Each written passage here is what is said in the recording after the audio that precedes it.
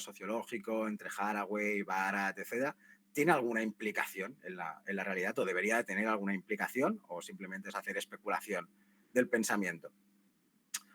Para mí sí, ¿no? Entonces, siguiendo a Barat, diremos que todo su pensamiento sí que tiene una implicación, que junto a esta concepción de materia queer o el enfrentamiento a lo inhumano, lo que hay es la posibilidad de una ética del sentir, del cuidado y del responder. Etimológicamente, responder significa a ver, no lo tenía puesto. Responder significa volver a ofrecer. Es decir, nosotros como especie humana tenemos que volver a ofrecer a la materia todo aquello que la materia pues, nos ofrece. Si la materia nos permite existir, nosotros tendríamos que volverle a la materia la posibilidad de existir, no de extinguirse como hace el capitalismo. Lo curioso o interesante es que la ética, para Barato Haraway, no nace de la razón. Muchas veces pensamos que la ética es racional y que como somos seres racionales construimos una ética. Pues para ellas no nace de la razón, sino del sentir inhumano, por ejemplo, de Barat, o el sentir cyborg de Haraway, o el sentir poshumano de Braidotti. En ese sentido, este sentir no está llevado al dogmatismo por la cosificación de la que nos hablaría Nishida, sino que parte de la idea de Ren, del confucianismo, de la comprensión, de este sufrir juntos, etcétera, etcétera. La ética es la racionalización del sentir y en ese sentido podemos preguntarnos, di cómo sientes el mundo y a partir de ahí construye una ética para ese mundo que sientes. Y aquí se ve la ruptura radical, ¿no? Si sentimos el mundo como un objeto pasivo a disposición de las necesidades únicamente humanas, pues nuestra ética se basará en cuestiones de explotación para el beneficio humano. Pero si sentimos el mundo de una materia queer, desde este materialismo sensible o lo inhumano, ¿cómo sería esa ética? Y es más, ¿cómo sería esa ética en relación a la ciencia y la tecnología? Pues para mí, la idea de Barat aplica esto, ¿no? Siente la materia de una manera completamente diferente a como hemos estado acostumbrados a sentirla, y a partir de ahí empecemos a preguntarnos cuestiones sobre la técnica, la tecnología y el desarrollo científico y tecnológico.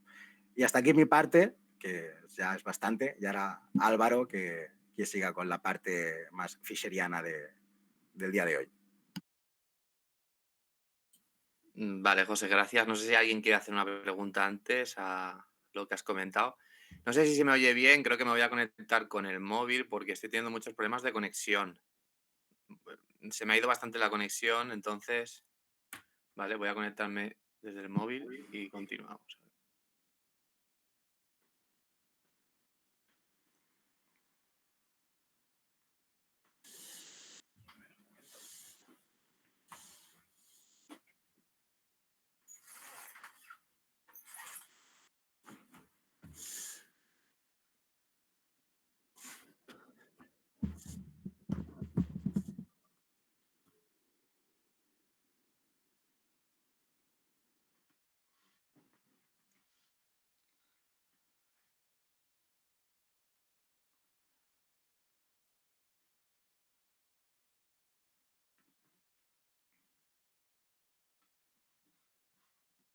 Vale, me veis y me escucháis, ¿no? Desde aquí mejor. Me veis y me escucháis, ¿no? Desde aquí mejor. Me veis y me escucháis, ¿no? Desde aquí mejor.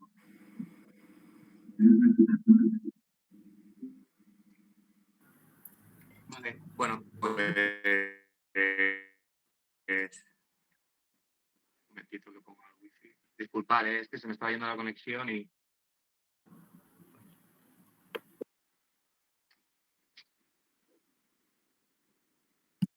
Bueno, yo me voy a ir un poco a las antípodas casi, pero voy a intentar relacionarlo con José porque está relacionado en realidad, ¿vale?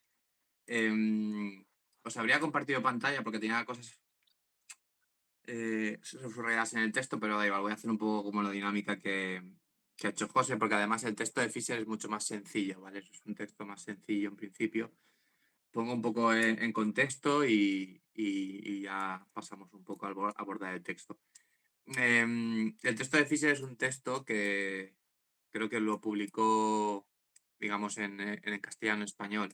Caja Negra, creo que está en 2 volúmenes de Caja Negra, tanto en el libro Que Punk que hace una recopilación de artículos de blog de Fisher, como en el de Los fantasmas de mi vida, porque es el fragmento que termina el libro, ¿vale? Y es un artículo muy corto, de 2 o 3 páginas, ¿no? Que Fisher escribió en su blog, que se hizo bastante conocido y que se llama Bueno para nada, ¿vale? Y que reflexiona sobre, en este caso, a nivel filosófico personal, muy al estilo de Fisher, sobre la depresión que él padecía, pero siempre, pues, abordándolo desde un punto de vista político, sociológico, ¿vale? Que por eso nos interesa este texto, obviamente. Y todo lo que ha comentado José, aunque ha comentado muchísimas cosas, ¿no? Pero una de las cosas clave es esa cuestión de la técnica, la tecnología, en relación con como una propiedad innata del humano y cómo eso muchas veces está, digamos, dialécticamente conectado a el esencialismo o al antiesencialismo, ¿no? Toda esa dualidad, ¿no? De naturalizar cosas que en principio sí son innatas del humano, pero que ni mucho menos están encorsetadas muchas veces en las categorías en las que las entendemos, ¿vale? De hecho, hoy en día podríamos decir que vivimos una especie de dictadura del esencialismo, ¿no? Cuando hablamos del realismo capitalista o del neoliberalismo y todas esas categorías que actualmente nos hacen estar en crisis tan drásticas y en problemáticas tan sonoras como pues, el auge de los fascismos o cosas de este estilo, hablamos de una vuelta a los esencialismos, ¿no? De qué tiene que ser o qué es lo normal sobre identidades, ¿no? Que como hemos visto, pues son eso, identidades, ¿no? Que por supuesto son moldeables y son construcciones. Y aquí podríamos entrar en muchas cosas, ¿no? Desde la teoría queer, ¿no? Y todo el tema que hay en el género, a, luego a categorías que vemos tan naturalizadas en los medios de comunicación como que el capitalismo es el único sistema posible, los humanos somos individualistas por naturaleza, los humanos estamos en competencia por naturaleza, cosas de este estilo, ¿no? Que además en las redes sociales, en todo este mundo online, que es el mundo cultural que subyace a la materialidad cibercapitalista, pues se reproducen, ¿no? Son imaginarios que se reproducen.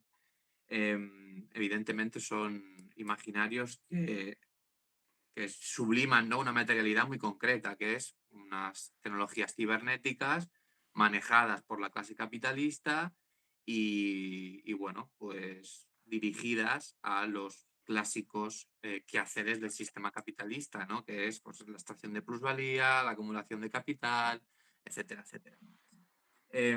Todo esto que José ha estado, ¿no? reflexionando sobre ello, deriva en unas ciertas problemáticas de, vamos a decirlo así, ¿no? Salud mental. Me gusta más quizá usar un término, ¿no? de sufrimiento psicológico, malestar psicológico, etcétera, etcétera, ¿no? Para estar un poco en la línea de Fisher también. De hecho, muchas veces a Fisher se le critica como pues antipsicología y tal. En realidad no es tan así. Él tiene muchos textos que reconoce, ¿no? Que él, que sufrió depresión durante muchísimos años, él iba al psicólogo, ¿no? Y lo intentaba ayudarse, ¿no? Como todo el mundo, ¿no? Pues yendo al médico, etcétera, etcétera. Pero se da cuenta de que ni mucho menos es suficiente. No que no sea válido, sino que no es suficiente. Y actualmente nos vemos con ese reduccionismo, ¿no? que Fisher advertía. Es decir, todas estas problemáticas, esta epidemia de salud mental que se llama muchas veces, por ejemplo, no sé si en Argentina es así, ¿no? Pero en los medios españoles la bautizan así, ¿no? La epidemia de salud mental. Los jóvenes, la ansiedad, la depresión, no paran de subir las estadísticas, etcétera, etcétera, ¿no? Y parece que es una especie de problemática y una especie de cosa bueno, que hay que abordar desde la psicología, hay que ir a terapia más, hay que hacer que la gente tenga más acceso a terapia psicológica o a psiquiatra, etcétera, etcétera, y no hacen tanto hincapié, ni muchísimo menos, en que todo esto está relacionado con unas problemáticas estructurales muy concretas, ¿no? Que básicamente sería el capitalismo en su globalidad, pero en general, pues problemáticas que le genera, ¿no? Y si vamos quizá a cosas más concretas, pues básicamente es normal que las generaciones jóvenes tengan sufrimiento psicológico viendo el panorama que tenemos, ¿no?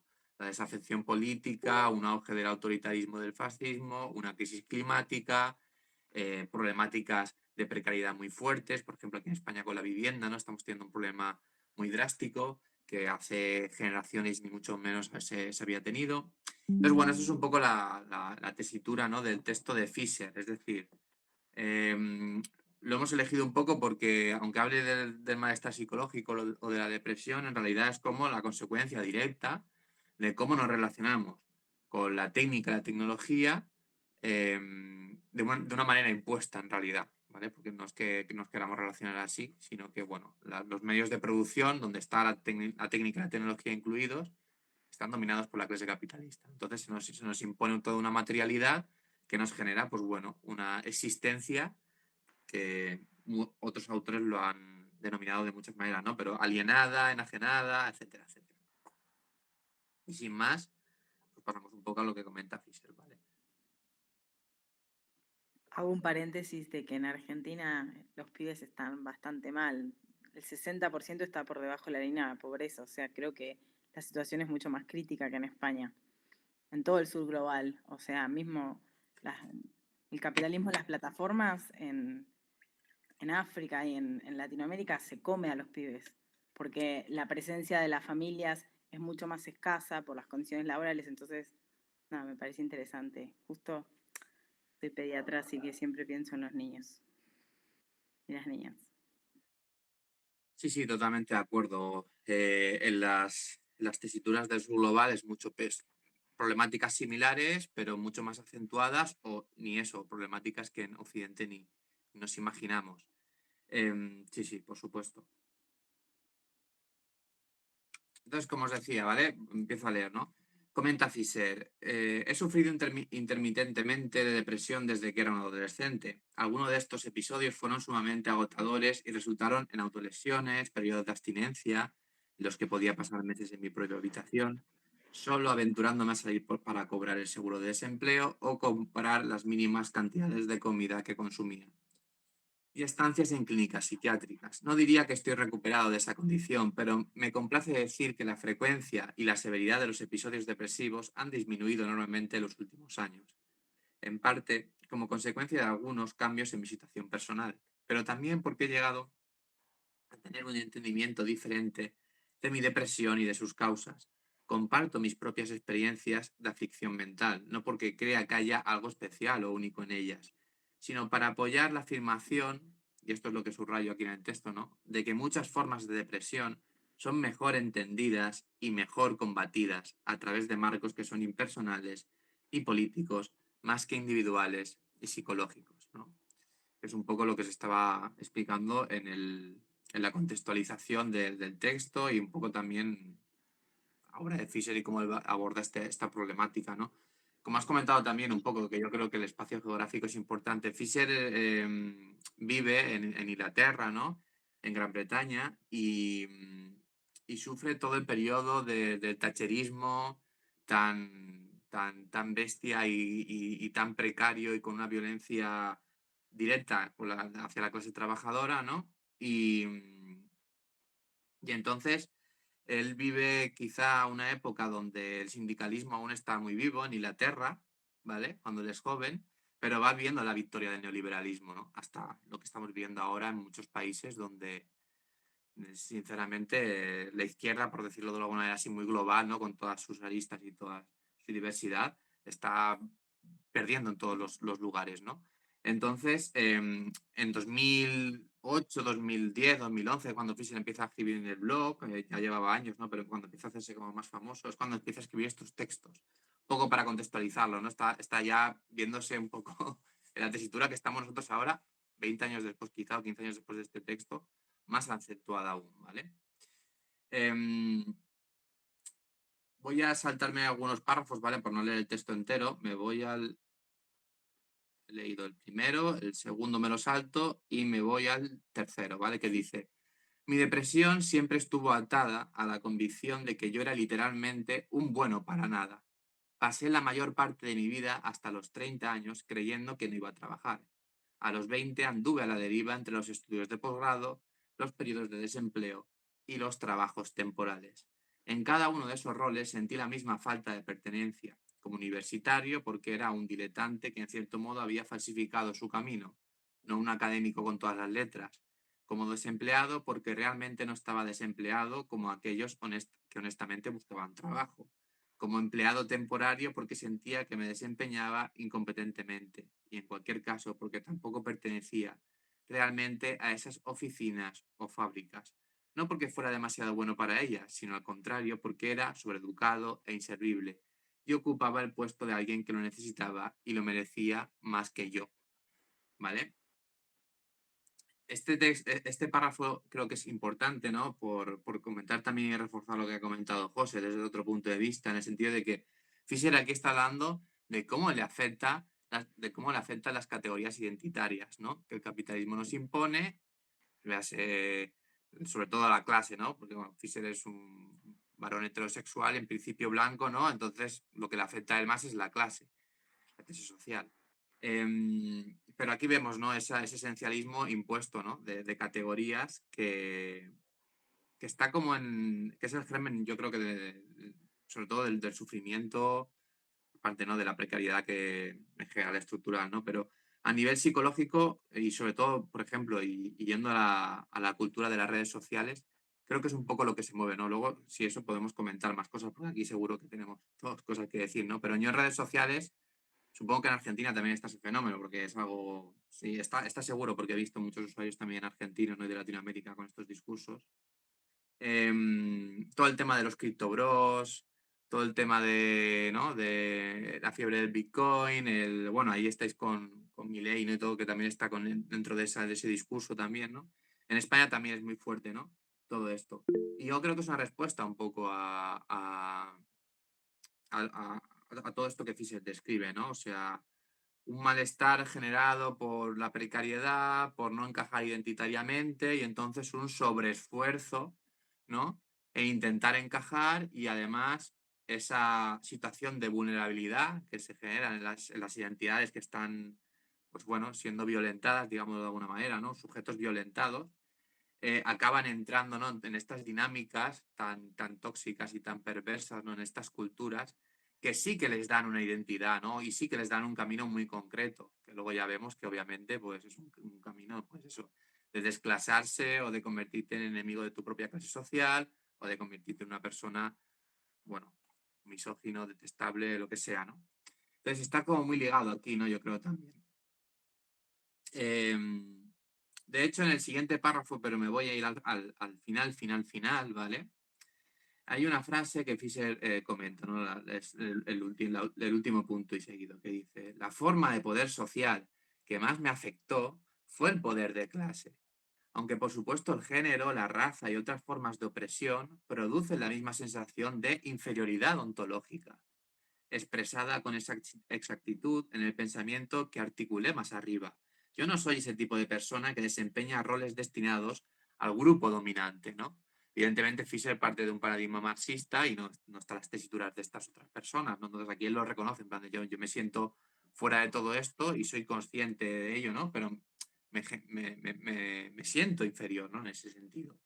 Em, y, y creo que aquí, ¿no? Cuando ya él reconoce todo el tema de la clase social, creo que es importante, ¿no? Porque cuando os he comentado también antes, ¿no? Lo del tema de la cultura, habéis puesto por los comentarios, ¿no? Los Gym Bro, los Crypto Bros y todo esto, ¿vale? Que acaba en bro.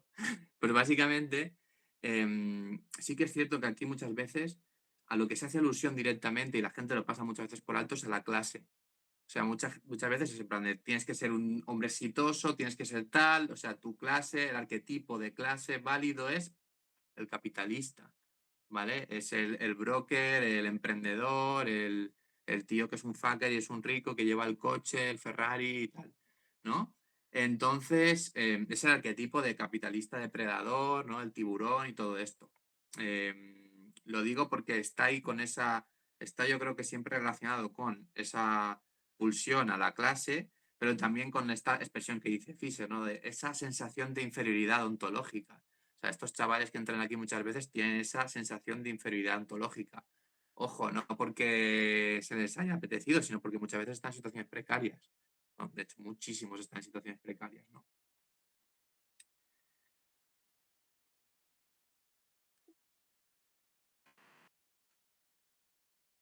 No sé si queréis comentar algo antes, que tengo la garganta un poco... y si no sigo, si no sigo. Tranquilos. Vale, entonces, en el siguiente párrafo, él dice una cosa también muy interesante, que parte de un libro que no he leído, no sé cuál es, ¿no? Pero que él cita, ¿no? Que dice que en su esencial, el libro de los orígenes de la infelicidad de David Smile describe el modo en que las marcas de clase están diseñadas para ser indelebles, ¿no? Para aquellos a los que desde la cuna se les enseña a pensarse a sí mismo como inferiores, la adquisición de calificaciones o riqueza raramente será suficientemente para borrar, sea en sus mentes o en las mentes de los demás. La sensación primordial de inutilidad que los ha marcado desde su más temprana edad. Alguien que se mueve fuera de la esfera social que se supone debe ocupar siempre corre peligro de sufrir sentimientos de vértigo, pánico y horror. Aislado, desconectado, rodeado por un espacio hostil. Repentinamente te encuentras sin conexiones, sin estabilidad, sin nada a lo que aferrarte para mantenerte erguido o en tu lugar. Una vertiginosa y nauseabunda no realidad toma de posesión de ti. Te ves amenazado por una completa pérdida de identidad, una sensación de absoluta fraudulencia. No tienes ningún derecho a estar aquí. Ahora en este cuerpo, vestido de ese modo, eres una nada y ser nada es casi literalmente lo que sientes que será tu destino, ¿no? Antes estabas comentando, José, lo de la nada. Bueno, y podríamos debatir, no voy a abrir el debate aquí, tranquilo, no voy a abrir el debate, ¿no? Pero sí que siento que, mira, rescatando la obra de Yu Hui sobre esto, antes me lo he apuntado aquí, ¿no? De comentarlo. O sea, Yu Hui, un libro que han sacado hace poquito, la editorial Mutatis Mutandis, creo que sale a la venta en septiembre o así, y nos facilitaron a través del canal, ¿no? Un poco antes de que saliera. Se llama Post Europa, ¿no? Y Yu Hui comenta autores como Heidegger, Nishida, ¿no? que has comentado tú también, José, y él les hace una crítica, ¿no? En el sentido de que comenta, bueno, ellos aseguran, ¿no? Bueno, Heidegger de una manera, ¿no? Y Nishida de otra, ¿no? Pero se hacen esa pregunta por el ser, de cierta manera, ¿no? Y claro, la respuesta de ellos es que obviamente nosotros que formamos parte de la materia, tenemos nuestro espíritu, nuestro ser anclado a la materia, lo natural, lo más cercano a vamos a decirlo así, ¿no? Al espíritu natural, ¿no? Esa esencia. Y claro, esto es peligroso porque tanto Heidegger como Nishida, ¿no? eran fascistas y su respuesta fue directamente eh, para recuperar nuestra esencia, nuestro espíritu, hay que volver al hogar, ¿no? Al Heimat en alemán, que no sé cómo se pronunciará, ¿no? Pero es Heimat o algo así, Heimat. Que Yuji dice, ojo con esto, porque quizá el presupuesto analítico que ellos están como destapando con la técnica y la tecnología es interesante, ¿no? De analizar, obviamente, y por ahí también Yuji quiere responder, pero dice, al postular luego que el espíritu, ¿no? Es volver atrás, volver al hogar, volver a un pasado idílico, esto evidentemente es la cama del fascismo, ¿no? Porque esto además en Heidegger y en Nishida, que para Yu Hui él los denomina pensadores de Estado, ¿no? Ese espíritu es pues el espíritu del pueblo alemán, volver a las raíces, volver a tal, ¿no?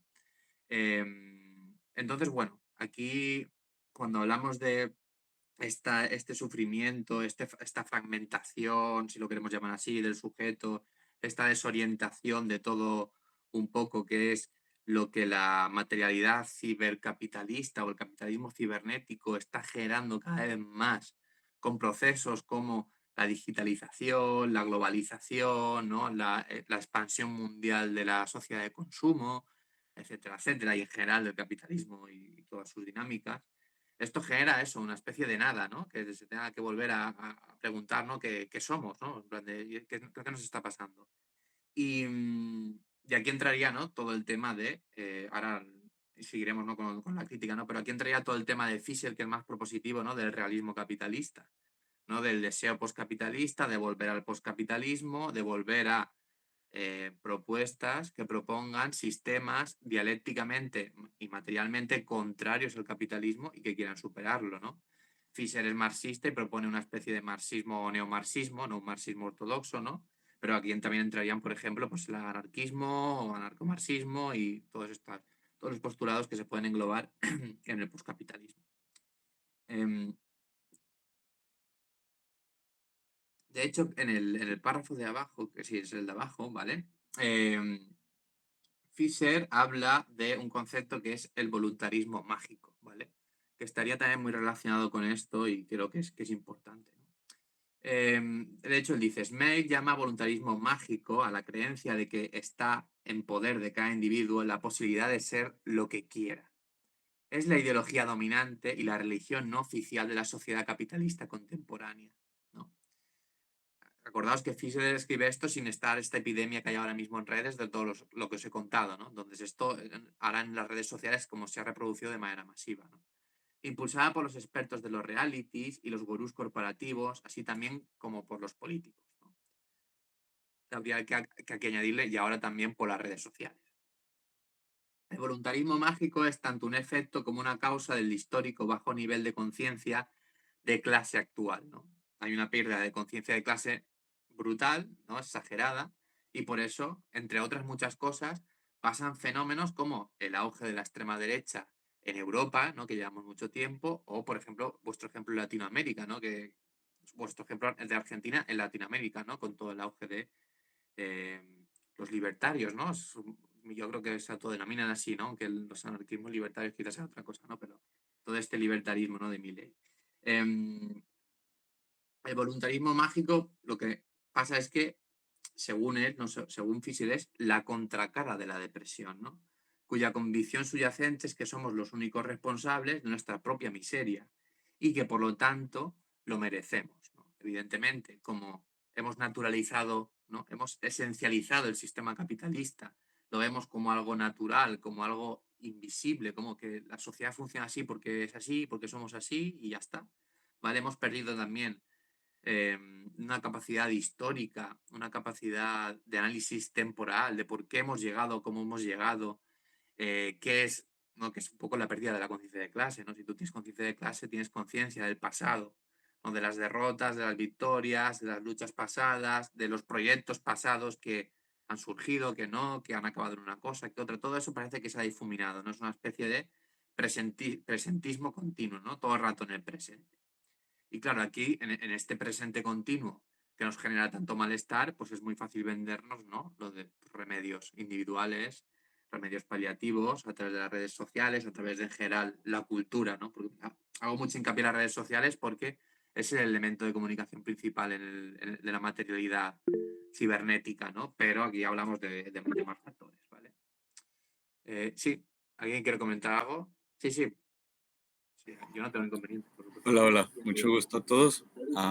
Bueno, yo soy de México, país de México, y justamente aquí nosotros lo abordamos en el grupo de estudio que tenemos a este fenómeno como performativismo. ¿Qué es el performativismo? Al parecer, en la actualidad buscan formar parte de un performance, ¿no? Y con este auge de las redes sociales, ya no sabemos quién es ser en cuestión a la identidad, ¿no? Eh, Hay quienes ya cargan libros, ¿no? Solamente por mero objeto para salir bien ante una cámara. O hay un trend muy famoso aquí en México donde empiezan a disfrazarse de payasos, pero en realidad aquí en Latinoamérica los payasos suelen ser pobres, ¿no? O sea, es cuestión de clases. Sin embargo, esta clase pues privilegiada lo ha tomado como burla y se apropió de algo que no le corresponde, haciendo ver estas clases sociales muy de lado, ¿no? Es muy cabrón porque no sé si ustedes han leído a Nick Land, que de hecho Mark Fisher pues estaba en contra de esto. Y me abruma pensar que estos aceleracionistas tienen mucha razón en algunas cosas, ¿no? No es que esté a favor de ellos, pero pues también creo que empiezo a comprender, ¿no? Que las redes sociales o el internet como tal se está viendo como si fuera algo religioso, ¿no? Me sorprende porque ya son conceptos que a lo mejor todavía son aún más difícil de explicarle a la gente, ¿no? no alcanzamos a dimensionar. A mí me gusta comparar la inteligencia artificial con la bomba atómica. Creo que ni sus creadores sabían el potencial o el poder que tienen estas creaciones, ¿no?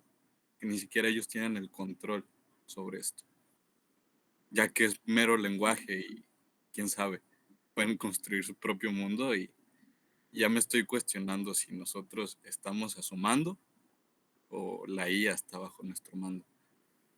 No sé qué opinan respecto a esto. Bueno, interesante lo que has comentado, ¿no? Por supuesto, pues las tesis aceleracionistas en cierta manera, sobre todo porque parten del análisis de la cibernética, ¿no? Entonces son tesis muy actuales que obviamente pues hay que tener en cuenta, ¿no? Aunque las tesis luego aceleracionistas ya sabemos, como tú bien has dicho, ¿no? Que se difieren, ¿no? De manera antagónica entre aceleracionismo de izquierdas, ¿vale? Que en realidad Fischer tampoco estaría allí del todo, ¿vale? Pero sí que se va más hacia esa rama y luego aceleracionismo de derechas o directamente fascista como el de Nigland, ¿no? Luego has comentado también esa apropiación de los símbolos, ¿no? Por parte de la clase burguesa, clase capitalista, de los símbolos de clase, ¿no? Y yo creo que eso está muy relacionado con esa pérdida de percepción temporal, ¿no? Y de percepción de significado, ¿no? Freddy Jameson hace ya bastante tiempo, ¿no? Hace ya 2 décadas, ¿no? Que teorizaba sobre esto y comentaba cómo el principal factor o la principal característica cultural de la cultura posmoderna, de la cultura, digamos, que surge con la cibernética, era que había tal hegemonía material del capitalismo que los propios símbolos que habían sido antagónicos o que habían sido símbolos protagonizados de la clase trabajadora, ¿no? Simplemente se usaban dentro del capitalismo como mera mercancía, como carcasa, ¿no? Entonces creo que es uno de los factores, ¿no? A tener en cuenta en todo lo que has comentado. Y luego lo de la inteligencia artificial, o sea, yo aquí en el sentido no me preocupa que vayamos a perder agencia sobre la inteligencia artificial en sí, ¿vale? No creo que eso no, en principio, mi opinión, ¿no? Creo que eso está alejado, pero obviamente me preocupa las consecuencias que puede tener a todos los niveles, ¿no? Que las tecnologías cibernéticas en las que está incluida la inteligencia artificial estén en manos de la clase capitalista. Y no solo de la clase capitalista, así un poco como global, ¿no? Sino en gente como Elon Musk, Mark Zuckerberg. O sea, quiero decir, es que no estamos hablando de socialdemócratas liberales, estamos hablando de gente muy drástica, ¿no? Por decirlo de manera muy suave, ¿no? Pero gente que está en el gobierno de Trump, sin ir más lejos, ¿no? Entonces, bueno, eso creo que es mi principal preocupación, ¿no? En este sentido. De hecho, y ya con esto acabo, y os dejo, porque me viene de perlas, ¿no? Pero el último párrafo que dice Fischer, ¿no? Aquí sobre toda esta tesitura, ¿no? Que nos genera una depresión colectiva, ¿no? Él dice, la depresión colectiva es el resultado del proyecto de resubordinación de la clase dirigente. Desde hace un tiempo, cada vez aceptamos más la idea de que no somos el tipo de personas que pueden actuar. No se trata de una falla de voluntad, así como tampoco una persona deprimida puede simplemente sentirse bien y cambiar de actitud. La reconstrucción de la conciencia de clase es en efecto una tarea formidable, pero no puede ser lograda a través de soluciones existentes. Pero, a pesar de lo que nos dice nuestra depresión colectiva, puede ser puesta en marcha. Inventar nuevas formas de involucramiento político, revivir las instituciones que se han vuelto decadentes, convertir la desafección privatizada en ira politizada. Todo esto puede hacerse y una vez que ocurra, quién sabe que es posible, ¿no? Entonces es un poco, por desgracia, ¿no? Esto lo escribí hace ya tiempo, pero estamos en esa tesitura aún, ¿no? De hecho, el presidente de Fisher se ha hecho cada vez más famoso también por esto, en parte, ¿no? Porque es que es esto o nada, ¿no? Es en plan de, bueno, no hay nada construido, ¿no? O sea, hay muchas cosas que se han construido, se han intentado y han fracasado, ¿no? ¿Qué hacemos ahora? ¿No? Entonces es un poco el punto de partida. Y bueno, y aquí ya os dejo que comentéis lo que queráis, ¿no? Sobre los puestos.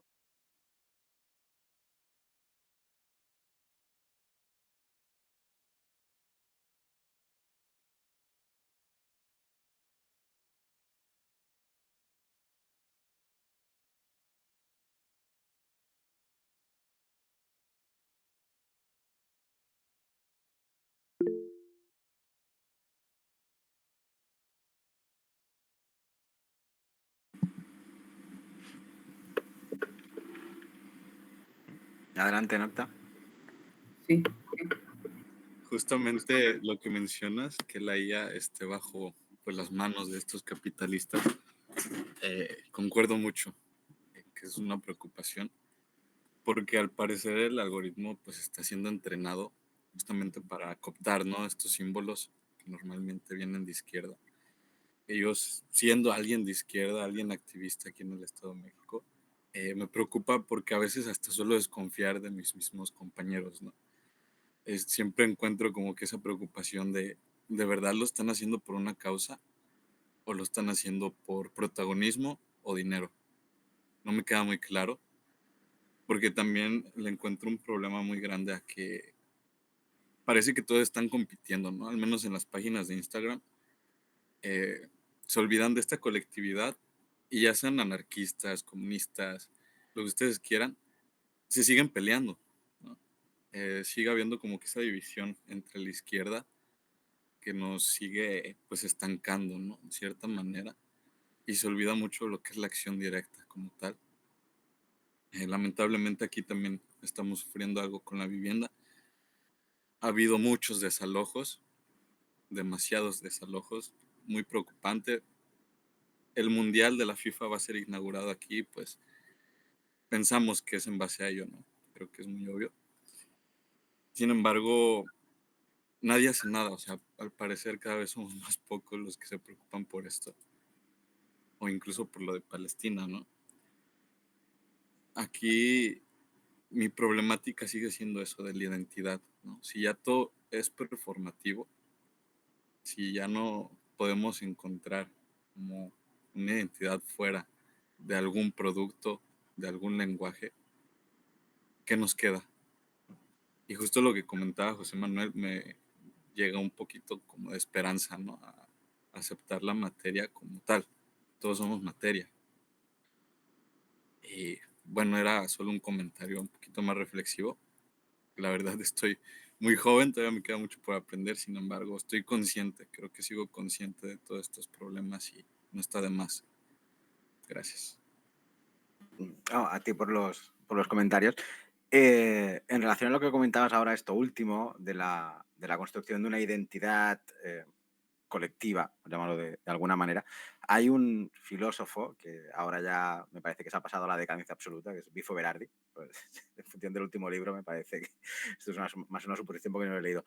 Pero en el libro de Fenomenología del Fin tiene un concepto que apunta a una cosa que él llama el deseo nómada o el deseo nómade, en el sentido de cómo la construcción de la identidad colectiva, en el fondo, tiene que ir más allá de los esencialismos, pues, o yo qué sé, de la familia, de la tribu, del Estado, de la nación, de lo colectivo, y tiene que ser un deseo o una experiencia de la vida que vaya más allá de todas esas esencializaciones que se hacen o que se han construido normalmente, ¿no?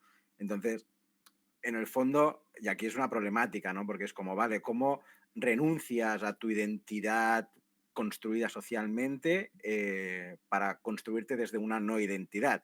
¿Hasta qué punto la gente tiene que estar dispuesta a deconstruirse de tal manera que ninguna de las esencias que hemos naturalizado se den por hechas o se den por sentadas, ¿no? Y aquí, por ejemplo, yo tiro más al sentimiento anarquista de mucha gente, es como, no te sientes español, pues ¿por qué me tengo que sentir de un sitio que se me ha impuesto una categoría? No por nacer en un sitio, mi identidad tiene que ser esa, ¿no? Entonces, muchas veces, y hablándolo con mucha gente, es como, y aquí es un debate que tengo con Álvaro que nunca pienso que lo solucionaremos, ¿no?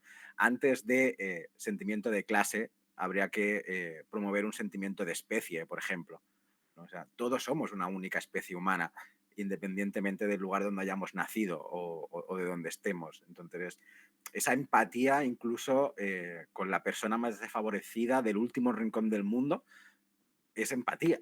Porque esa persona que está sufriendo en cualquier otra parte del mundo es un ser humano, categóricamente es un ser humano.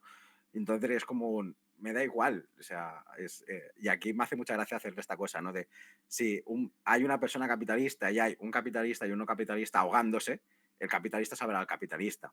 Desde una comprensión de un deseo nómade entiendo que salvaría a las dos personas porque las dos vidas son igual de valiosas, porque estamos hablando de vidas humanas. Luego, dejarnos llevar por todas las construcciones, por todas las categorías sociales que hemos construido, es lo que nos va a hacer jugar con estas categorías, que obviamente, y esto sí que hay mucho la razón a Álvaro, para promover una acción directa o un movimiento hay que apelar a un sentimiento de clase, obviamente, pero más allá de eso, a mí me gusta pensar que hay un sentimiento que Rossi Gaidotti, por ejemplo, lo llama interespecie incluso, ¿no? Es como, ¿por qué voy a estar solamente en favor de la especie humana si hay otros animales o sociedades no humanas que también están sufriendo? Y si entiendo esta idea de la materia, si la materia sufre, ¿por qué eso a mí no me provoca también un sufrimiento? Porque me estoy dejando llevar por unas categorías que he, como decía Álvaro, pues naturalizado, considerado con natural, y en este sentido el peso del realismo capitalista es un peso que muchos y muchas tenemos todavía arraigado y encima, ¿no? Pero la idea es cómo construir unas identidades que no sean identitarias o esencialistas en ese aspecto, ¿no? Y en relación a lo que comentabas también de la inteligencia artificial, te recomiendo un libro de Arthur y Mara Louise Crocker que se llama Cyberpunk, ahora no lo recuerdo muy bien, ya se lo pasaré a Caro o Dayana para que te lo pasen. Y él menciona tres conceptos, ¿no? Uno es que vivimos en el software americano, en el sentido de toda la ciencia y toda la tecnología, sobre todo digital, que se está desarrollando, como comentaba Álvaro, está diseñada en Estados Unidos, porque son el creador de Meta, Elon Musk, etcétera, ¿no? Entonces, Google, Amazon, OpenAI, son industrias tecnológicas americanas y se está implementando un software americano en ese sentido. Entonces, él luego habla de la clase virtual y los intereses de la clase virtual, que en el fondo son las clases, los sentimientos, los valores de las clases cibercapitalistas. O sea, los valores que están impregnando las redes sociales son valores de este software americano. Y por último, él habla de que la cultura a día de hoy no está conectada por cable, sino que está sometida al cableado duro del capitalismo. Es decir, él hace la diferencia de una sociedad conectada por cable, sería una sociedad realmente horizontal en ese aspecto, porque no hay una hegemonía valorativa o cultural que domine desde unos valores capitalistas, corporacionistas, las redes, ¿no? Busca otras maneras de pensarlo. Entonces, él dice, sometidos al cable es sometidos a la voluntad de las clases capitalistas.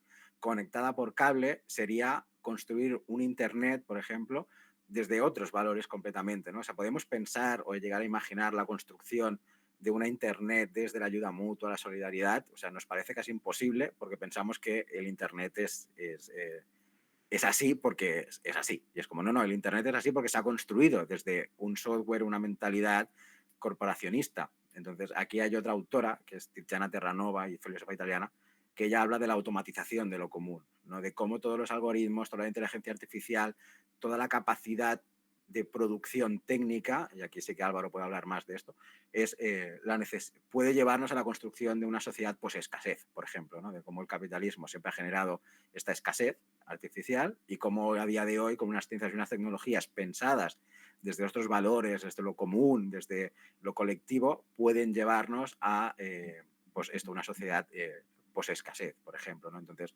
es intentar ver que la ciencia y la tecnología están dominadas por una cultura concreta, pero que un cambio cultural radical enfrentado a las lógicas del capitalismo puede generar una ciencia y una tecnología completamente diferente, ¿no? Entonces, aquí sí que yo estoy más a favor de las tesis aceleracionistas de izquierdas que apuestan por esta idea de reapropiar las fuerzas de producción y llevarlas hacia otros horizontes no imaginados en este aspecto.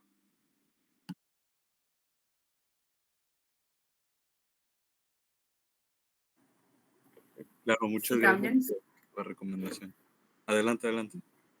Sumar algo a lo que vos decías respecto a algo que también charlamos a lo largo del bloque, que es en torno a la espectacularización, ¿no? Como paradigma hegemónico y una posibilidad de ser, la única posibilidad que aparece, ¿no? Como de ser en el mundo. Entonces me parece que eso que vos planteabas, ¿no? Como esa cuestión de esa pregunta en torno a la identidad o en el compartir saberes, no sé si te referías exactamente a eso, y me parece que lo que hay que preguntarse también es por las lógicas, o sea, si la lógica de la espectacularización que atraviesa nuestras prácticas subjetivas, digo, como sujetos también formados en este sistema, digo, ¿no? También preguntarnos sobre eso. Yo creo que o sea, preguntarse por una identidad esencial, yo no sé si es vehiculizable o si realmente también reproduce esta lógica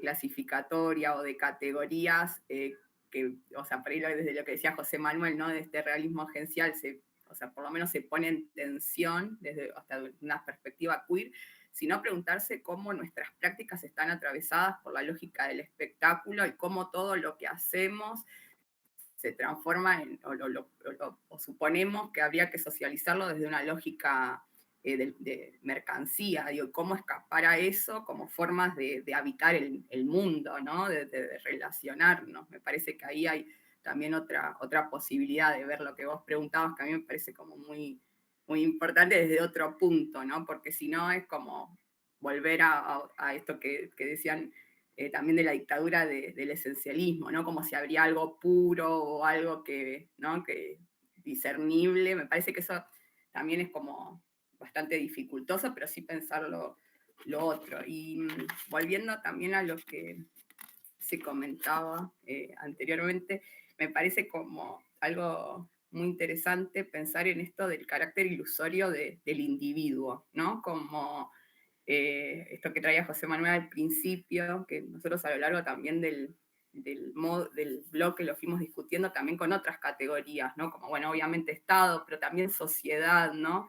Como categorías ordenadoras, pero que también son ilusorias y responden a una forma de organizar lo social propia del sistema capitalista, ¿no? Como también esta cuestión de la clasificación, la catalogalización de la realidad y la jerarquización.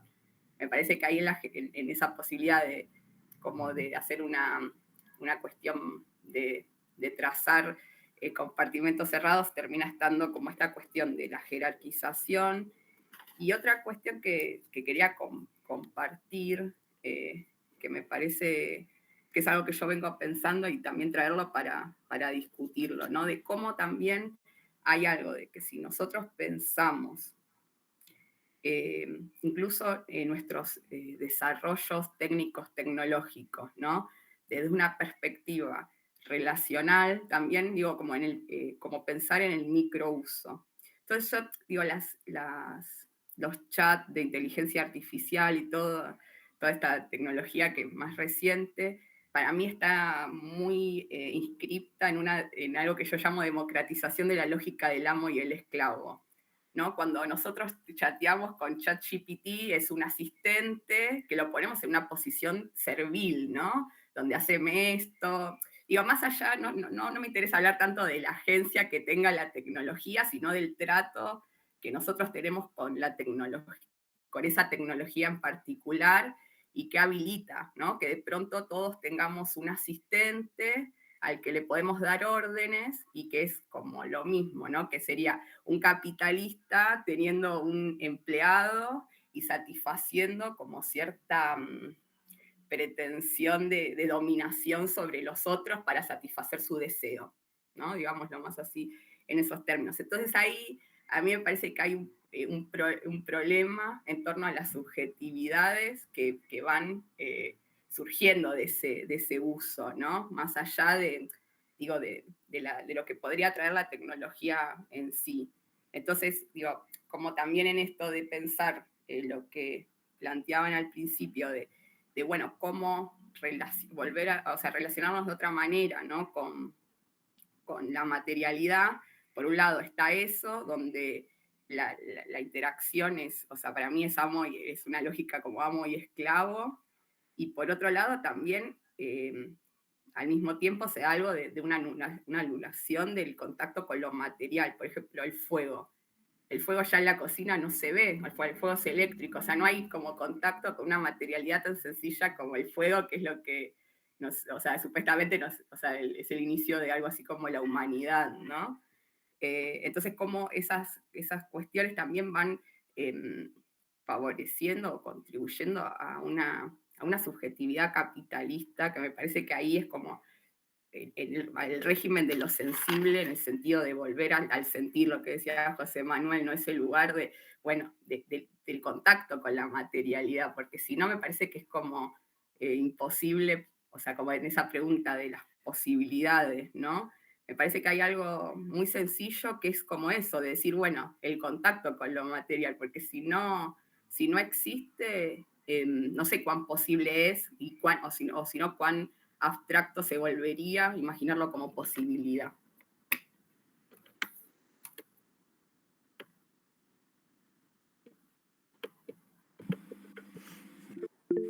Bueno, yo quiero compartir algo, no vengo de un palo tan teórico como ustedes, pero yo soy tecnóloga en salud. O sea, soy pediatra y después una especialidad que tiene que ver con sistemas de información, que ahí me metieron en el mundo de la ingeniería y yo para hackear el sistema me posicioné políticamente como diseñadora, que yo cuando ustedes abrieron esta pregunta, que recién me la abría, para repetirla, que era ¿qué significa habitar la interfaz en un tiempo donde la digitalización no solo organiza nuestras prácticas, sino también nuestros cuerpos, afectos y formas de percibir el mundo?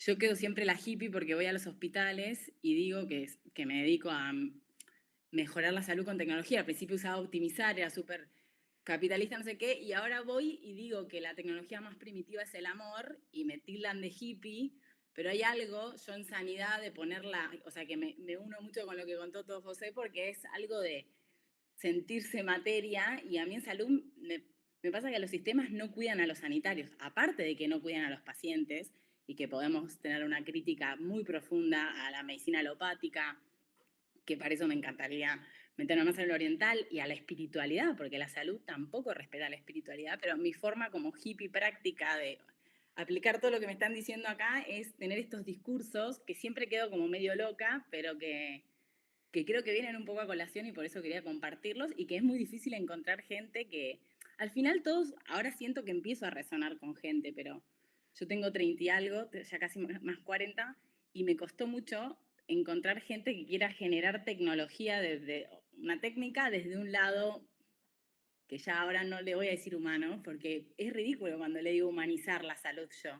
Y todo lo que leyó hoy José me hace más sentido, y bueno, nada, les quería compartir, pero me falta mucho estudiar teoría para entender un montón de los conceptos que dijeron, pero creo que de alguna manera lo fui aplicando yo en mi forma de, también yo me llamo diseñador interseccional, y bueno, y ni hablar que también me quedo pensando mucho en que, no sé si es correcta mi pregunta, pero siento que esta etapa de la vida, de contexto sociohistórico, es muy particular, porque se están cargando bien una etapa que son las infancias y las adolescencias, donde la imaginación y esto que plantea Mark Fisher, que quizás es el futuro de pensar en otros mundos, se están cargando una etapa que es lo que te da la vitalidad, porque Mark Fisher tuvo, bueno, no sé, pero antes la infancia, o sea, siento que se están cargando la infancia, que es eso que después te da esa capacidad de soñar y de conectarte con la naturaleza, sobre todo en las ciudades grandes, obviamente.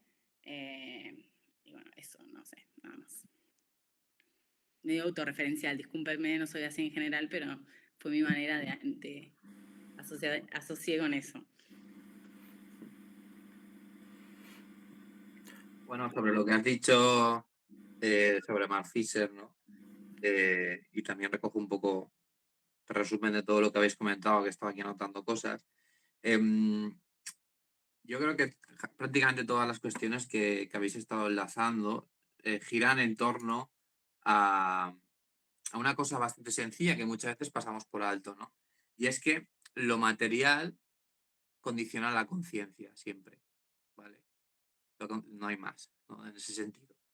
Entonces, lo material actualmente es algo, vamos a decirlo así, para la gran mayoría de la población es algo bastante crudo, ¿no? O sea, quiero decir, vivimos una época en la que nos enfrentamos a un sistema capitalista que es totalmente hegemónico, pero a su vez, en su propia contradicción, se está autocanibalizando, ¿no?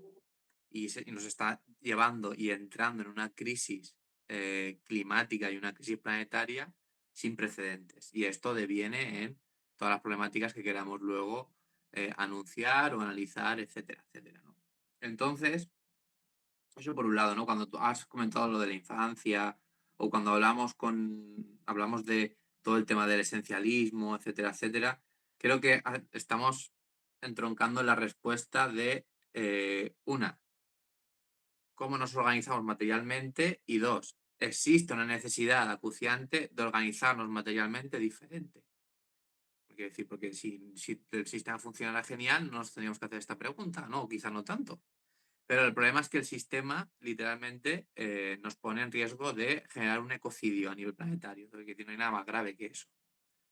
Entonces es un poco, yo creo que aquí la cuestión de todo lo que estamos planteando, ¿no? Cuando hablamos también, y habéis comentado todo el tema de pues, el sentimiento interespecie que ha comentado José, o de cómo vertebrar un proyecto postcapitalista a gran escala, etcétera, etcétera. Y el papel que tienen las redes sociales, no tan negativo en ello, ¿no? Todo el tema de la fragmentación, de los diferentes movimientos, etcétera. Pues es cierto que también vuelvo a lo mismo, ¿no? O sea, tenemos que tener en cuenta que los espacios de socialización actualmente, la gran mayoría, están influenciados, por decirlo de alguna manera suave, ¿no? Mínimo influenciados por la materialidad capitalista, ¿no? Entonces, en redes sociales, por ejemplo, por muy buenas intenciones que tú tengas, en general, el interfaz de las propias redes sociales, el interfaz cibernético de cómo funciona, es individualista, es polarizador, ¿no?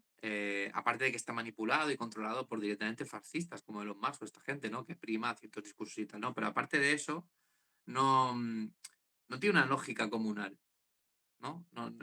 Funciona como una especie de empresa y casino, además, ¿no? Una especie de donde todo se puede vender, donde todo está mercantilizado, ¿no? Entonces, de ahí es muy difícil sacar, ¿no? Cosas, digamos,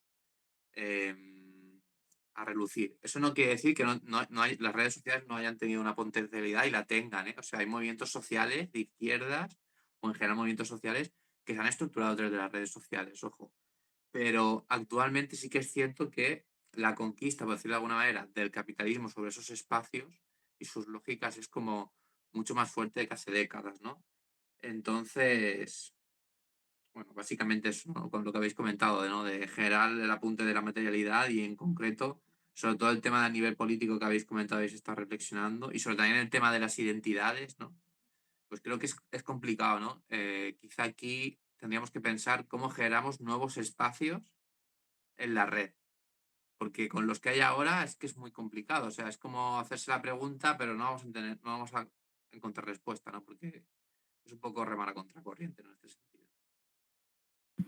Sí, a mí me gusta recoger el testigo de lo que estaba comentando Álvaro y también ponerlo en relación a lo que, por ejemplo, Dayana comentaba de la jerarquización en relación a la inteligencia artificial, ¿no?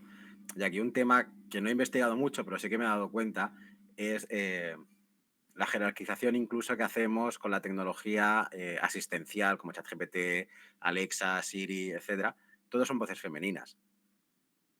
Le estamos otorgando un género y un rol que sigue perpetuando las relaciones de servidumbre, de que la inteligencia artificial es alguien que está para servirnos, y ese rol siempre ha sido, dentro de un sistema patriarcal, el de la mujer, el de cuidado, etcétera, etcétera.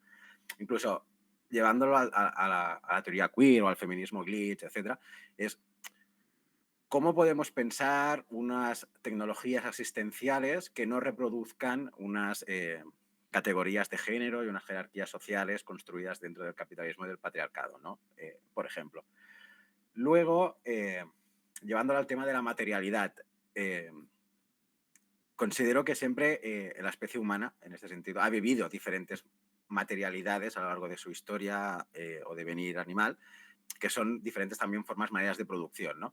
Y a día de hoy, la materialidad que nos toca vivir es una materialidad tecnocientífica, que esto, por ejemplo, Rosy Braidotti lo que acaba llamando es un continuo natural tecnológico constituido desde las ciencias y la tecnología. Entonces, pienso que no podemos desprendernos de una relación con la materia desde lo tecnológico, porque es lo que nos correspondía a día de hoy, ¿no? Y el peligro de, y esto es ya más una cuestión mía de esquizofrenia, por decirlo de alguna manera, volver a la idea de, es que no puedo relacionarme con el fuego eléctrico porque el fuego material verdadero es el fuego no eléctrico, puede llevarnos a los problemas que comentaba Álvaro de Nishida o Heidegger, de al final acabar esencializando la naturaleza de otra manera, ¿no? Entonces la cuestión sería, en un mundo dominado por una materia tecnocientífica, ¿cómo nos relacionamos con el fuego? sabiendo que tenemos fuego natural, entre comillas, y fuego eléctrico, ¿no? En el fondo es cómo sentimos esa relación incluso con la naturaleza, con el fuego, etcétera, etcétera. El problema, y aquí es donde está la gran construcción cultural, es como el capitalismo o el cibercapitalismo domina esta materialidad tecnocientífica. En el sentido de la materialidad no le pertenece al capitalismo, le pertenecería a la propia especie humana, pero el sistema cultural hegemónico es el que está imponiendo esa manera de relacionarnos y esa nostalgia, promueve en el fondo una nostalgia por una naturaleza perdida, una esencia natural perdida, que si no se responde adecuadamente a la pregunta por la técnica o la materialidad, sí que puede llevar otra vez a buscar ese esencialismo que supuestamente hemos perdido, ¿no? Que en el fondo es lo que antes Álvaro comentaba del error que comete Heidegger y cometieron la escuela de Kioto, que acabaron abiertamente siendo neonazis y fascistas japoneses. Y aquí Hui sí que hace la contra de, bueno, cuidado con la respuesta de no volver a casa, ¿vale? Es cómo nos tenemos que relacionar con todo esto. Y por último, a lo que comentaba Agustina sobre los niños, ahora me estoy leyendo un libro de Helen Hester y William Srinek, que son aceleracionistas de izquierdas, que hablan de los problemas, por ejemplo, de la digitalización del cuidado, la automatización del cuidado, que en el fondo no deja de ser esta idea de, vale, el niño o la niña está llorando, pues en vez de prestarle atención y cuidado porque el sistema capitalista productivo no me deja tener este tiempo, lo que hago es delegar ese trabajo de cuidado a la tecnología. Pero claro, no deja de ser una tecnología dominada por el capitalismo, etcétera, etcétera, y no nos planteamos cómo una relación de niños y niñas pequeños ha de ser con esa tecnología. En el fondo no es abogar por, no, apartemos a las personitas pequeñas de la tecnología, porque eso va a ser malo, como sí que hacen, por ejemplo, las escuelas Waldorf y todo esto de, no, un mundo sin tecnología. Pero en el fondo vuelve a esa idea de lo bueno y lo esencialmente es lo no tecnológico, y cuando ya seas mayor de edad o ya tengas un cierto conocimiento, te doy la tecnología. Entonces, para mí, todas estas ideas de educar, buscar nuevas maneras de relacionarse con la tecnología, también quedan como parcheables, porque en el fondo lo que tenemos que hacer es construir un sistema cultural que domine la materialidad tecnocientífica desde otras construcciones completamente diferentes, confrontadas abiertamente al capitalismo, ¿no? O sea, es como no es parchear y buscar soluciones dentro del propio sistema, sino confrontar abiertamente al sistema desde otro sistema, desde otra postulación, ¿no? Aquí, claro, dentro de la sociología habría microcambios sociales que sí que pasarían por promover cambios a pequeña escala o pequeños grupos, pero que todo eso luego a la vez tiene que repercutir en un cambio sistémico y estructural global, ¿no? Que sería la lucha abierta directamente, como comentaba antes, Nocta, contra el capitalismo.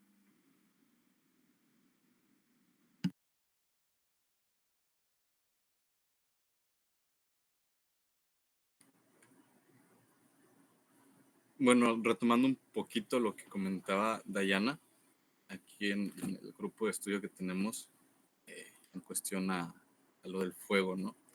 Nosotros le llamamos la pérdida de fricción, cómo pues la tecnología nos está apartando, ahora sí que de interactuar humanamente, ¿no? Con nuestra misma especie, pero también ahorita que plantea esa problemática José Manuel de volver a lo de antes, me hace volver a repensarlo y que lo voy a abordar, ¿no? O sea, se encuentra ese dualismo que pues al final te lleva al mismo punto de partida.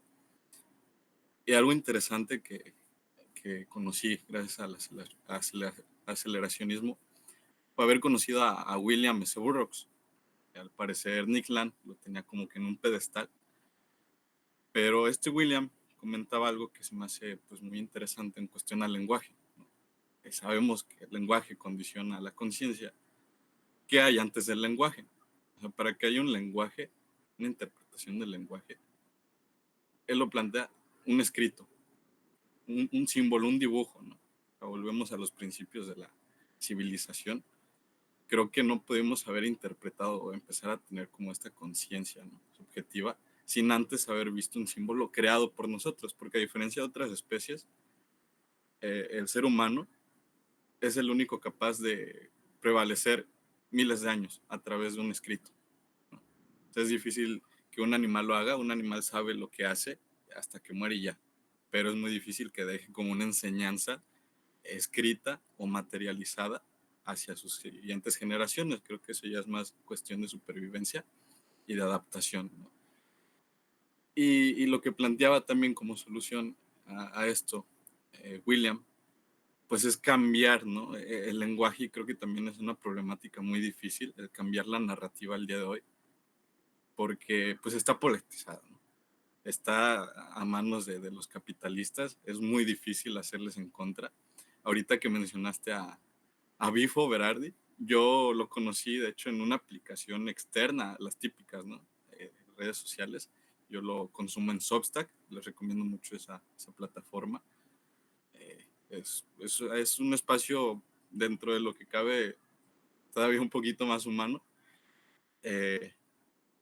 Hay un canal que se llama Café Kioto, de un argento, y uno de sus recientes videos, Low Tech High Life, me gusta cómo cierra, ¿no? con este video a ver la tecnología no como algo nostálgico, sino pues todos recordamos, creo que venimos de esa época donde pues poníamos un cassette, un CD o teníamos que ir incluso a la tienda. Había un esfuerzo, había una interacción entre el humano y la máquina un poquito más esencial, vaya, si lo queremos llamar así.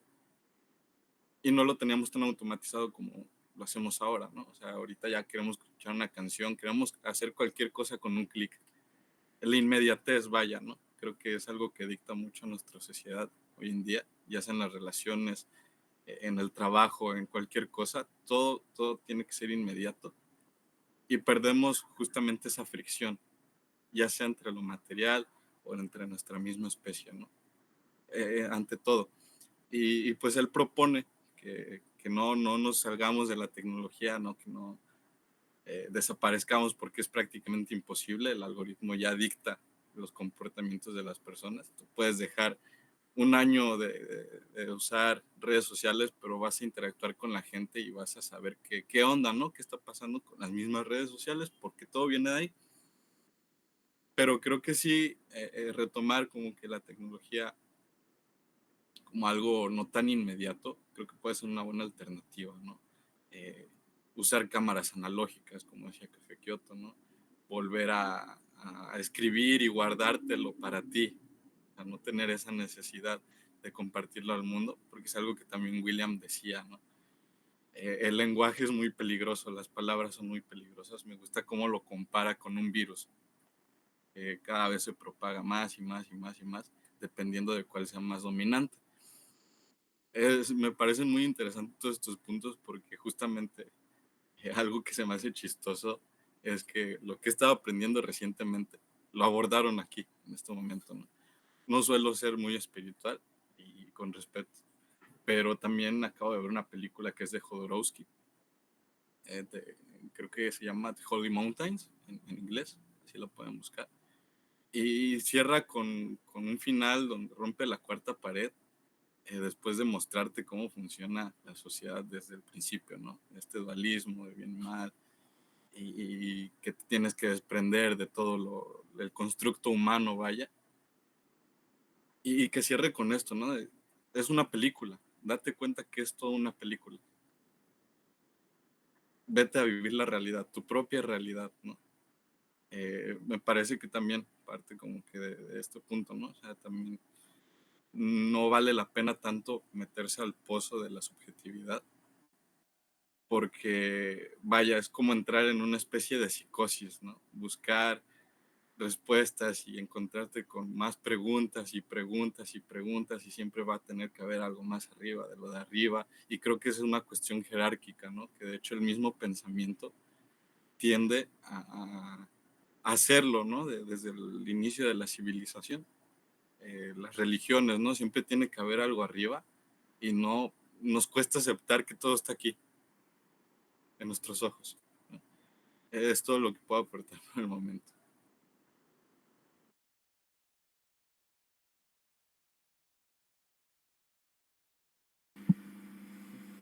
Considero muy interesante lo que comentas del lenguaje, al menos porque desde la teoría que yo parto es lingüística. Y en este sentido, la pregunta no sería cómo transformar el lenguaje, sino hay algo fuera del lenguaje.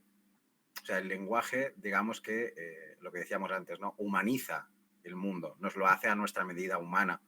Y por lo tanto, esta idea de lo inhumano de Barat o de Negarestein, lo que apuntan es a comprender y sentir el mundo fuera de las construcciones lingüísticas.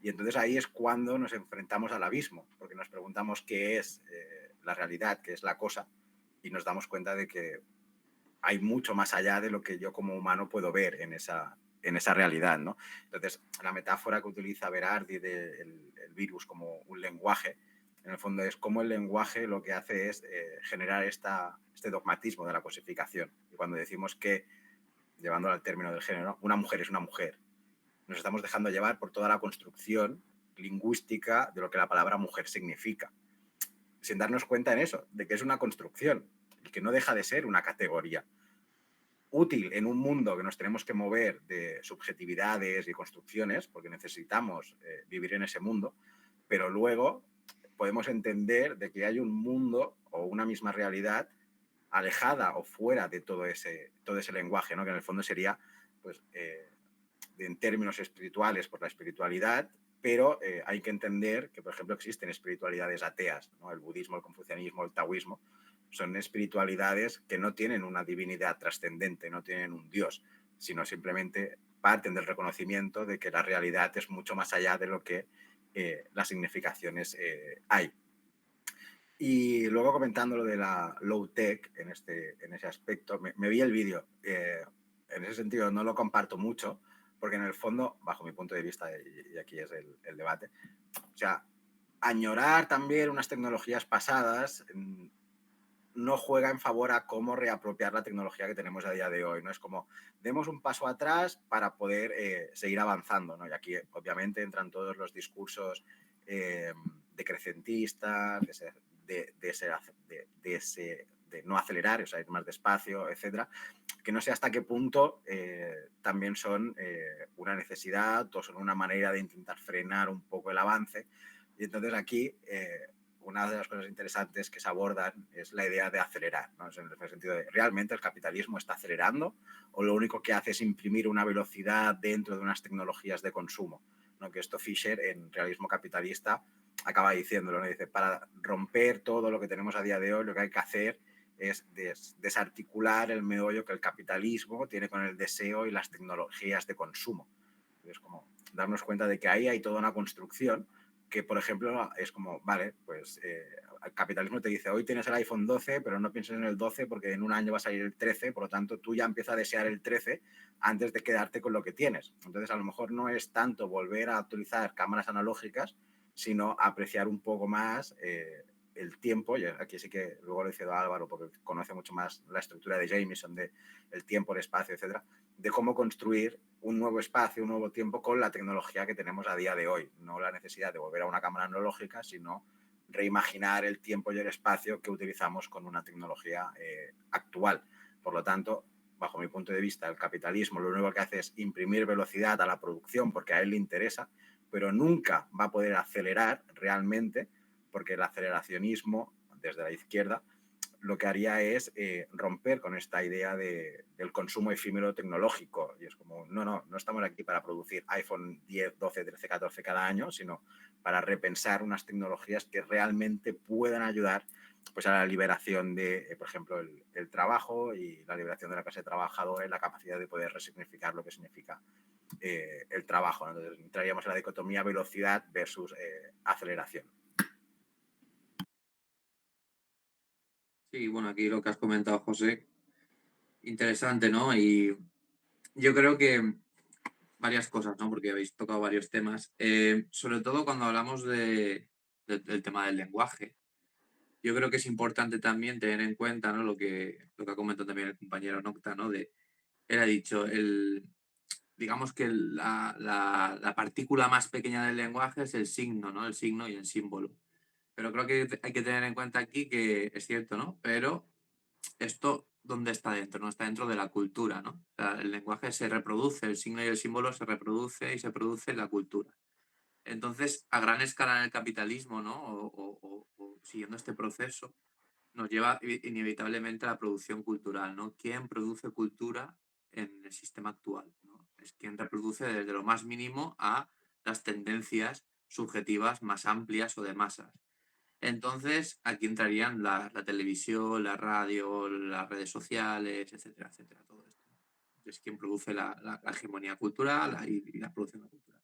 Es la única manera de hacerle frente a esto es elaborar o producir cultura de manera autónoma, de cierta manera, ¿no? Es muy complicado, pero la única manera. Y eso nos hila un poco con lo que tú comentas, José, ¿no? De al final, quitando de que podamos usar tecnología analógica, ¿no? Digital y todos los remedios que queramos, la clave de todo está en controlar de manera autónoma la técnica y la tecnología por parte de una población, ¿no? Y eso es la clave del capitalismo, ¿no? El capitalismo lo que hace, ¿no? Desde el inicio, ¿no? Ya Marx lo explica, ¿no? Con la acumulación originaria es despojar a la gran parte de la población de la técnica y la tecnología y de los métodos y los modos de subsistencia, en este caso, ¿no? De sobrevivir. Y te hace, en cierta manera, dependiente, ¿no? Actualmente eso podría ser una ventaja incluso, ¿no? Porque hay que reconocer que el capitalismo nos ha hecho desarrollarnos, ¿no? Y en cierta manera vivimos mucho mejor que en el feudalismo. Pero ahora lo que habría que, digamos, que cuestionar o proponer sería cómo recuperamos una agencia a nivel de técnica, de tecnología y de vida que no tenemos, ¿no? Y la única manera es obvia, ¿no? Me repito bastante con esto, ¿no? Pero es lo que tú también has dicho, ¿no? Reorganizar, reapropiar, dominar los medios de producción, socializar los medios de producción, con los matices que queramos, ¿no? Pero si los medios de producción, cultural, tecnológica, técnica, productiva, de todo, lo domina la clase capitalista y muy pocas personas en ella, ¿no? Porque además se está tendiendo todo al monopolio, como estamos viendo, ¿no? Las redes sociales las controlan 5 personas o 6, ¿no? Es que es algo muy, muy alarmante, ¿no? Pues, quiero decir, estamos como en una contra una espada de Damocles todo el rato, entonces no hay salida en este sentido, ¿no? Pues básicamente un poco por apuntar lo que has comentado. Y luego también por el tema del tiempo, ¿no? El tiempo está relacionado con esto. Al no controlar los medios de subsistencia, los medios de técnica y tecnología, los medios de vida, ¿no? Y no elegir, ¿no? Y no tener ni siquiera la capacidad de elegir cómo utilizamos esos medios, ¿no? Porque se nos impone. Nuestro tiempo no es nuestro, obviamente, ¿no? Vivimos una vida totalmente alienada. Tenemos únicamente nuestra fuerza de trabajo y se nos obliga a venderla y entonces se nos obliga a vender nuestro tiempo de vida, ¿no? Y luego aparte entramos en otros derroteros que son ya no solo los del trabajo, sino los del consumo, que sería la otra pata, ¿no? Donde aquí entramos en temas aún más alienantes, ¿no? Con todo lo que hemos comentado, ¿no? De la fragmentación, la violencia frente a las identidades, los esencialismos, la manipulación, la pérdida de la conciencia de clase, ¿no? Entonces, por resumirlo mucho, porque si no nos extenderíamos un montón, ¿no? Pero Jameson ya lo advierte, ¿no? Tanto el espacio como el tiempo ahora mismo están totalmente, como vamos a decirlo así, secuestrados, ¿no? Por el sistema capitalista. No tenemos autonomía sobre ellos.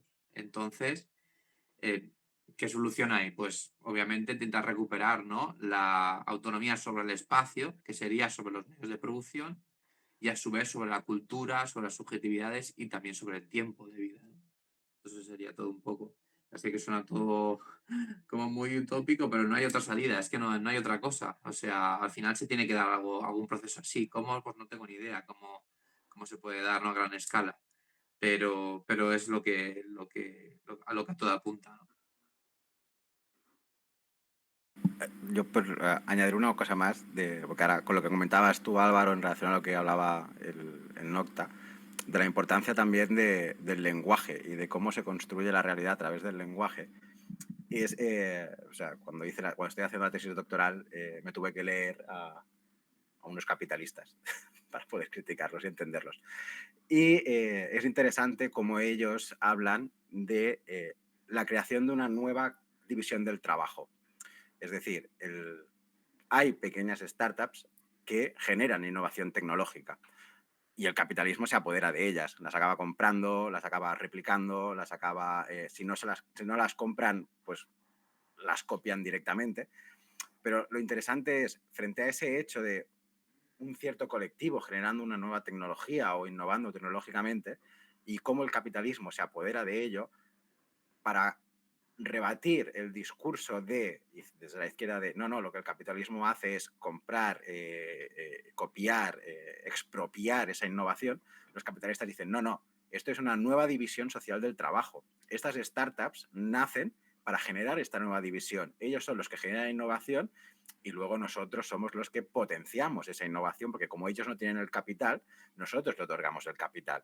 Entonces, frente a un mismo hecho, que es esta generación de innovación científica y tecnológica, la narrativa del capitalismo es la que busca configurar esa nueva realidad diciendo no, nosotros no copiamos ni compramos, sino se ha generado una nueva división social del trabajo que favorece a la innovación tecnológica y ayuda a las grandes empresas que no tienen tanta capacidad de innovación para generar dicha innovación, ¿no? Entonces, en la construcción lingüística de esa definición de la realidad es donde se construye la realidad. No es que haya una nueva división del trabajo, sino que bajo los ojos del capitalista, eso que está produciéndose ahora es una nueva división del trabajo. Pero cuando tú los analizas y los estudias, puedes criticarlos. No, lo que estáis haciendo es aprovecharos de su capacidad de innovación y su falta de recursos económicos para comprarlos, expropiarlos y despojarlos de la innovación tecnológica que pueden haber.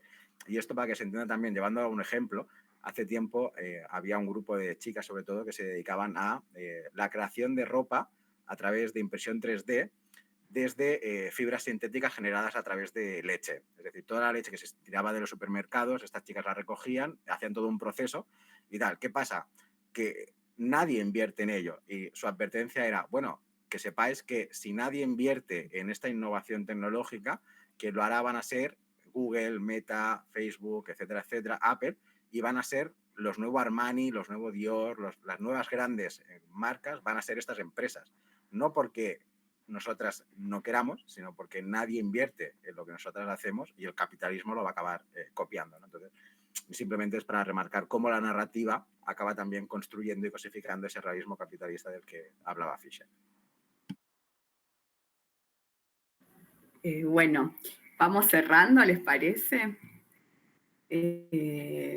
Bueno, agradecerles a José Manuel y a Álvaro. La charla estuvo muy interesante. La verdad que también se dieron un montón de discusiones que se fueron dando a lo largo del bloque, así que estuvo bueno también ver esa sincronía en distintas partes del mundo de lo que estamos pensando, también lo que nos preocupa, ¿no? Y algo que me pareció muy potente de lo que surgió es esta posibilidad de cómo repensar las preguntas que nos hacemos, ¿no? Digo, porque también la convocatoria era acerca de la pregunta de la técnica y surgió varias veces esto de, bueno, de reformular también el modo en el cual nos preguntamos las cosas. Surgió también en la dinámica y me parece algo a destacar y como también es un poco el ejercicio que nosotras con Caro buscamos en generar desde el espacio del dispositivo erosomático, que es eso también de esa posibilidad de habitar esto de la interfaz, generando otras cuestiones que también nos sorprendan a nosotras, ¿no? O bueno, los que somos parte del grupo, y creo que, bueno, esto que apareció hoy también va en articulación a uno de los objetivos del espacio. Así que agradecerles también a todos los que participaron e invitarlos que el sábado 7 empezamos el tercer bloque, que el tercer bloque un poco emerge de una lectura que hacemos con Caro, de una idea de la necesidad también al momento de imaginar los proyectos los proyectos emancipatorios o los escenarios de insurrección, la necesidad de volver a cierto recorrido histórico, ¿no? También como pensándolo también desde otra temporalidad, no sentirnos, ¿no?, como tan, o sea, nosotros frente a algo nuevo o algo que nunca pareciera, como que a veces hablamos de algo que es la primera vez que sucede, sino todo lo contrario. O sea, mirar la historia desde otra temporalidad, una temporalidad más amplia que nos permita retomar los senderos transitados por otras experiencias que que buscaban también, en cierto modo, con su contexto de época, lo mismo creemos que estamos nosotros preguntándonos acá. Entonces, por eso el bloque se llama Memoria, Violencia y Celebración, y vamos a retomar una discusión que se dio acá en Argentina en los años 70 en torno a la violencia. Vamos a hacer una reflexión ontológica, ¿no? de la violencia. Y bueno, retomando esas discusiones que se dieron en el campo de la izquierda, tomando como referente un autor que se llama León Rosichner, que también hace un planteo que si llegamos lo vamos a abordar, que es el del materialismo ensoñado, ¿no? Como también recuperando algo que surgió, que planteaste vos, José Manuel, que para mí es algo que, bueno, es nodal, que es la cuestión del sentir, de lo sensitivo, ¿no? Como, bueno, y cómo vincular eso desde el materialismo, desde una perspectiva histórica y que asuma la violencia, ¿no? Bueno, un poco como la pregunta que abre este bloque, así que la idea es como seguir imaginando futuros posibles, vivibles, pero también o sea, pensando desde otra temporalidad y dialogando con lo que decimos, que llamamos pasado en este caso. Así que quedan todos invitados, invitadas, y bueno, les agradecemos un montón por estar acá un sábado y porque se sigan multiplicando estos espacios del pensar.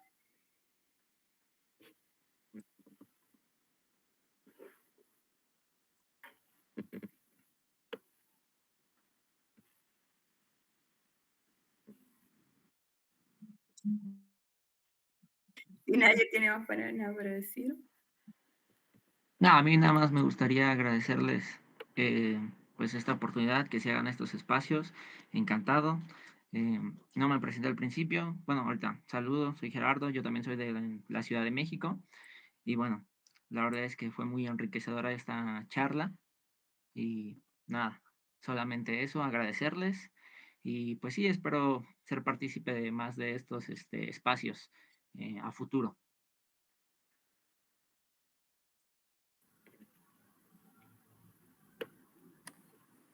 No, pues yo también agradecerles, ¿no? Por este espacio. Yo soy muy fan de convivir, ¿no? Aunque sea en llamadita, ya es algo incluso extraño hoy en día, incluso con mi círculo más cercano, ¿no? Y pues me llevo todo lo que aprendí de cada uno de ustedes. Yo lo aprecio mucho. De verdad, me quedo impresionado y encantado de conocerlos. Espero participar en más de sus charlas. Y pues bueno, aquí voy a seguir desde mi trinchera, ¿no? Resistiendo.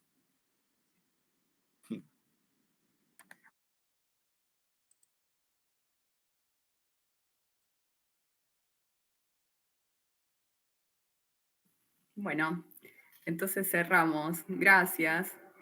Buen sábado, buen fin de. Nos vemos. Hasta luego. Chao. Chao, chao.